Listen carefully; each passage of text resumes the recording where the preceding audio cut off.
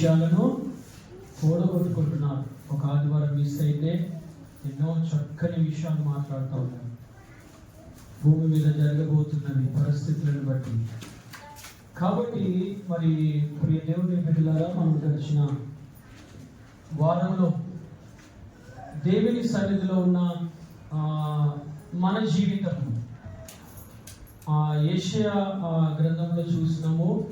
ఏమవ్వాలంట చెప్పాలి, ఏమవ్వాలి చెప్పాలి, ఏమవ్వాలా? కాల్చబడాలి. హల్లెలూయా. వ్యర్థమైనవి కాల్చబడాలి. దేవునికి ఇష్టం లేని క్రియలు చెప్పండి కాల్చబడాలి. గర్వము కాల్చబడాలి, అహంకారము కాల్చబడాలి, పగలు కాల్చబడాలి, పాపము కాల్చబడాలి, మోహపు చూపులు కాల్చబడాలి. ఏమండి? దొంగతనము కాల్చబడాలి, వ్యభిచారము కాల్చబడాలి. హల్లెలూయా. మనలో ఉన్నవి దేవునికి విరోధమైనవి అన్నీ కూడా ఏమవ్వాలా? కాల్చబడాలి. అలా కాల్చబడినప్పుడే చక్కగా మనం దేవుని కొరకు కదా వాడబడతాము. అలా కాల్చబడినప్పుడే బంగారం కూడా ఏమవుతుందంట? షైనింగ్ అవుతుంది. అలా కాల్చబడినప్పుడే కదా ఒక విలువైన వ్యక్తిగా మార్చబడతా ఉంటాం. కొన్ని సమస్యలు కూడా మనల్ని వెంబడిస్తూ ఉంటాయి. వాటి ద్వారా కూడా మనం ఏమవుతా ఉంటాము? కాల్చబడతా ఉంటాం. హల్లెలూయా.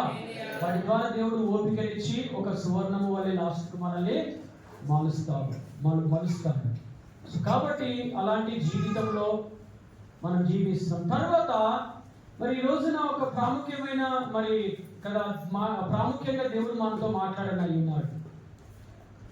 చూడండి, ఈ భూమి మీద మరి ఎన్నో సంఘటనలు జరుగుతున్నాయి. ప్రెసెంట్ ఏమేమో జరుగుతున్నాయి, అవి ఎవరికి తెలియట్లేదు.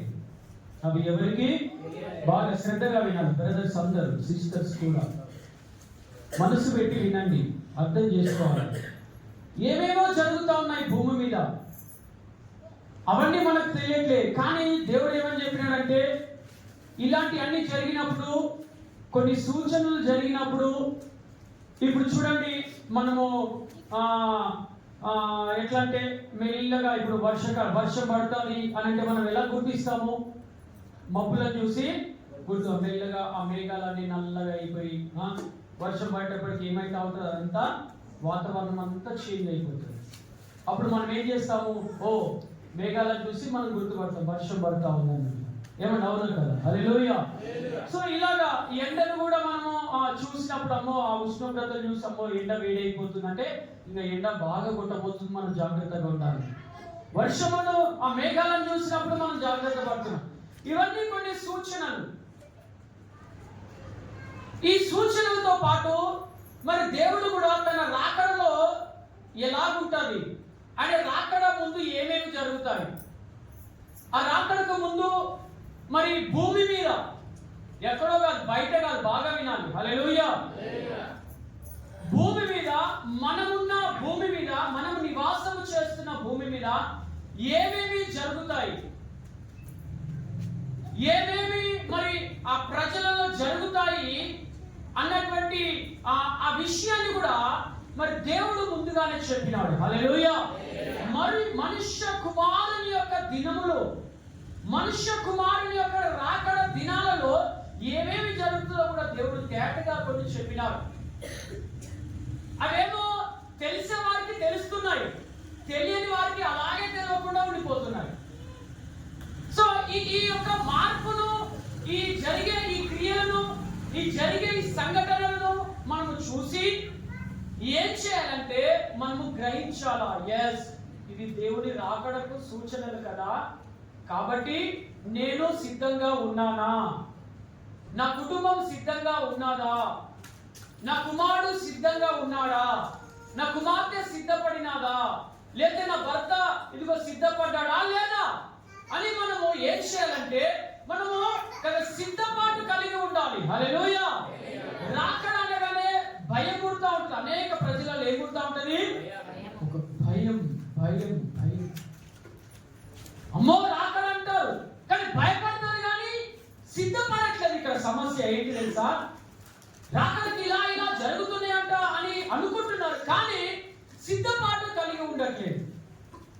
మరి దేవుడు ఏం చెప్పినాడు, ఏం జరుగుతాయి అన్నాడని మనం గ్రహిస్తే చూడండి, లూకాసు వార్త ఒక మాట, మరి 17వ అధ్యాయము, లూకాసు వార్త 17వ అధ్యాయము 26వ వాక్యం చదవండి దయచేసి. లూకాసు వార్త 17వ అధ్యాయము 26వ వాక్యము దయచేసి మరి ఒక చదవండి గట్టిగా. నోవహు దినములలో జరిగినట్టు మనుష్య కుమారుని దినములలో, అంటే మనుష్య కుమారుని దినములు అనగా మనుష్య కుమారుడు అయినటువంటి, మనుష్య కుమారుడు అనబడినటువంటి యేసుక్రీస్తు ప్రభు రాకడ దినములలో ఇవి జరుగును. చాలండి. నోవహు ఓడలోనికి వెళ్ళెను. ఇంకా నోవహు ఓడలోనికి వెళ్ళిన దినము వరకు జనులు తినుచు త్రాగుచు పెళ్ళాడుచు పెళ్లికి ఇయ్యబడుచు నుండి అంతలో జల ప్రళయము వచ్చి వారందరినీ నాశనము చేసెను. చాలండి. మహోన్నతుడా, మీ పాదాలకు వందనాలు. వాక్యమైన దేవుడు నాతో మాతో సూటిగా తేటగా వివరంగా మీరు మాట్లాడండి ప్రభువా.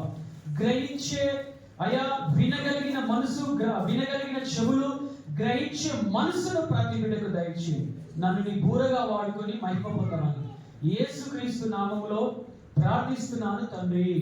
ఆమేన్. హల్లెలూయా, హల్లెలూయా. ప్రియ దేవుని బిడ్డలారా, ఇక్కడ ఈ 26వ వాక్యము నుండి 30వ వచనం వరకు చక్కగా రాయబడ్డది.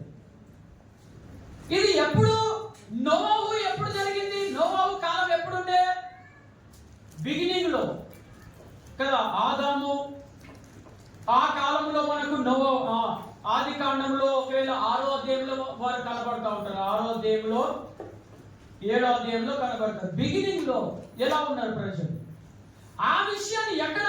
లూకాసు వార్తలో యేసుక్రీస్తు ప్రభు భూమి మీదకి ఇదిగో వచ్చినప్పుడు రాకడకు ఎలా, అసలు ఏమి జరగనయ్యింది బాగా వినాలి. ఏం జరగబోతుంది? మనుష్య కుమారుడి యొక్క రాకడ దినములలో, మనుష్య కుమారుని యొక్క రాకడ దినములలో ఏమి జరుగుతారు అని ఇక్కడ కొన్ని విషయాలను లేవనెత్తబడతా ఉన్నాయి ఇక్కడ. హల్లెలూయా. అంటే ఇవి మరి అందులో మరి మంచి ఉన్నాయా, చెడు ఉందా? ఈ రోజున ఏం జరిగింది, అప్పుడు ఏం జరిగినాయి, నోవహు కాలంలో అప్పుడు ఏమి జరిగింది, మరి ఇప్పుడు కూడా ఇవి జరుగుతున్నాయా? మనము టాలీ చేసుకోవాలి ప్రియులారా. మనం ఏం చేయాలా? టాలీ చేసుకోవాలి, ఆలోచన కలిగి ఉండాలి. ఎస్, ఆ కాలంలో జరిగినట్టుగా మరి దేవుడు చెప్పినటువంటి ఈ మాటలు ఈ కాలంలో కూడా జరుగుతున్నాయి అంటే ఖచ్చితంగా ఏదో ఒకటి కదా మరి జరగనది అని రాకడా మరి సిద్ధంగా ఉన్నదని మనం గ్రహించుకోవాలి. హల్లెలూయా. మరి నోవహు దినములలో ఏం జరిగింది, ఇప్పుడు ఏం జరుగుతున్నాయి తేటగా ప్రియ దేవుని బిడ్డలారా కొద్దిగా మరి మనము ఈ రోజున మరి ఆలోచన మనం చేద్దాం. చూడండి, మరి నోవహు దినములలోనంట జనులు అంట ఏం చేస్తున్నారంట? నెంబర్ 1 ఏం చేస్తున్నారంట? తినుచున్నారు, త్రాగుచున్నారంట. హల్లెలూయా. ఏం చేస్తున్నారంట? ప్రజలు తింటున్నారంట. ఎక్కడ చూడు ఇదే, ప్రజలందరూ కదా తింటా ఉన్నారు. ఎక్కడ మనం ఇక్కడ కనుక మనం గమనిస్తే దేవుని పిల్లరా 6వ అధ్యాయంలో చూడండి, అక్కడ ఏం జరిగిందో మనకు కనబడతా ఉంటది. నరులు 6వ అధ్యాయంలో, ఆది కాండము 6వ అధ్యాయము చూడండి, మొదటి 2వ వాక్యం నుండి చదవండి సీజర్ ఒకరు. నరుల కుమార్తెలు దేవుని కుమారులు నరుల కుమార్తెలు చక్కని వారని చూసి చూడండి, వారందరూ ఏం చేస్తారంట? వారి మనసుకు వచ్చిన స్త్రీలను వివాహము చేసుకొని అప్పుడు యెహోవా ఎల్లప్పుడూ తమ అక్రమ విషయంలో నరమాత్రులై, అక్కడ రాయబడింది పుట్టినోతులో ఇచ్చిన విషయం ఏంటంటే నరమాత్రులై ఉన్నారు అంటే శరీరులుగా బ్రతుకుతున్నారు వాళ్ళు. హల్లెలూయా. శరీరానుసారులుగా బ్రతుకుతా ఉన్నారు. శరీరానుసారమైన విషయముల మీద మనసు పెడతా ఉన్నారట వాళ్ళు. శరీరానుసారమైన పద్ధతులు కలిగి వారు జీవిస్తున్నటువంటి వారుగా ఉన్నారు. నోహు కాలంలో ఇవి జరిగినాయి. వారు ఏం చేస్తున్నారంటే వారి ఇష్టానుసారంగా జీవిస్తా ఉన్నారు. వారు చూడండి అలా జీవించడం ద్వారా 3వ వాక్యంలో అప్పుడు యెహోవా నా ఆత్మ నరులతో ఎల్లప్పుడూ వాదించదు, వారు తమ అక్రమ విషయంలో నరమాత్రులై ఉన్నారు, అయినను వారి దినములు 120 ఏళ్ళు ఆయను. హల్లెలూయా, హల్లెలూయా. దేవుని బిడ్డలారా, వారి ఆయుష్ జీవితం అలా జీవించడం ద్వారా ఏమైపోయిందంట, జీవితాలు కదా 950 ఏళ్ళు జీవించినటువంటి సంవత్సరాలు బ్రదర్స్ వింటున్నారా, వారి జీవితం ఆయుష్ తగ్గిపోయినది. అంటే మానవునిలో పాపము ఏలడం ద్వారా వారి యొక్క ఆత్మీయ జీవితము అనగా ఆత్మీయ జీవితం కాదు, పాపము ఏలడం ద్వారా వారి యొక్క దినముల యొక్క పరిమాణము ఏమైతుందంట, వారి ఆత్మ వారి ప్రయాణము వారి ఆయుష్ తగ్గిపోతా ఉందంట. దినదినము తగ్గిపోతా. మరి చూడండి ఇక్కడ తేటగా రాయబడింది, వారు ఏం చేస్తారంట కదా, తినుచు త్రాగుచు, తింటా ఉన్నారంట, తాగుతున్నారు. ఈ రెండింటికి ప్రయారిటీ ఇస్తా ఉన్నారు ఎక్కువగా. జనులు చూడండి ఎలా ఉన్నారంటే కదా, తినుచు త్రాగుచుండిరి, పెళ్లి చేసుకొనుచుండిరి. చూడండి ఇంకా ఏం చేస్తున్నారంట కదా, ఈ యొక్క శరీరానుసారమైన వాటిపై వారి యొక్క ఆలోచన, వారి యొక్క బుద్ధి, వారి జ్ఞానము, వారి బలపంతా కూడా ఈ తినడము త్రాగడము కదా జరుగుతాం. ఇలా చేయడం దేవునికి ఇష్టమా? తిను, ఎంత తినాలో అంతే తిను. హల్లెలూయా కదా. చూడండి కదా, వ్యర్థమైనవి త్రాగమని చెప్పట్లేదు దేవుడు, వ్యర్థమైన వాటిని అనుసరించమని దేవుడు చెప్పట్లేదు. తర్వాత చూస్తే ఇక్కడ లూకాసు వార్తలో తర్వాత ఈ ప్రజలు ఇంకా ఏం చేస్తారంట చూడండి, తినుచు త్రాగుచు పెళ్ళాడుచు పెళ్లి తీయబడుచు నుండి. హల్లెలూయా. తింటున్నారు, ప్రయాణి అంతా ఎక్కడ చూసినా కూడా ఫుడ్, ఇది తినడము త్రాగడము. రెండోది పెళ్లి. అక్కడ ఎలాంటి వారిని పెళ్లి చేసుకున్నారండి వారు? చెప్పండి. ఆదికాండంలో చదివిన వారి మనసుకు నచ్చిన వారిని. హల్లెలూయా. వారి మనసుకు నచ్చిన వారిని చేసుకున్నారు. మరి ఈ దినాలలో కూడా ఇది జరుగుతున్నాయా లేవా?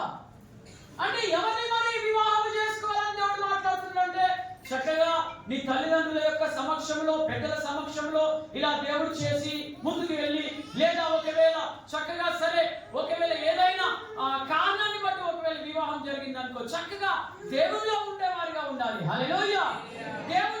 దేవుని అనుసరించే వారిగా ఉండాలి. దేవుల్లో సాగిపోయే వారిగా మనం జీవించాలి. కానీ ఇక్కడ మరి దేవునికి వ్యతిరేకమైనటువంటి జీవితాన్ని జీవిస్తున్నారు ప్రజలందరూ కూడా.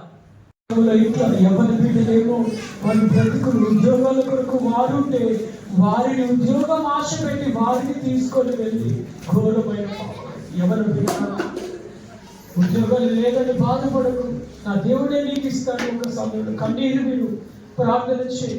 ఈ రోజున ఇలాంటి వారు ఎంతో మంది భూమి మీద ఉన్నారు. రైల్వే స్టేషన్ లో చూడండి ఎరవేసి ఎక్కడ ఎవరు ఖాళీగా ఉన్నారు, ఎవరు ఎలా ఉన్నారని చెప్పేసి వారి యొక్క మరి పరిస్థితులను చూసి ఆసరణ చేసుకొని, తెలుసా ప్రియ దేవుని బిడ్డలారా, ఇదిగో వారిని రకరకాల మాఫియాలకు అమ్మేసి, రకరకాల మరి ఆ ప్రాంతంలో ఉన్నటువంటి ఆ ముఠాలకు అమ్మేసి డబ్బులు సంపాదించుకుంటున్నారు. వారు ఆ ముఠా చేతిలో పడిపోయి బయటికి రాలేక, అసలు చావలేక, బయటపడలేక జీవితాలు కుమిలిపోయి చచ్చిపోతున్నారు.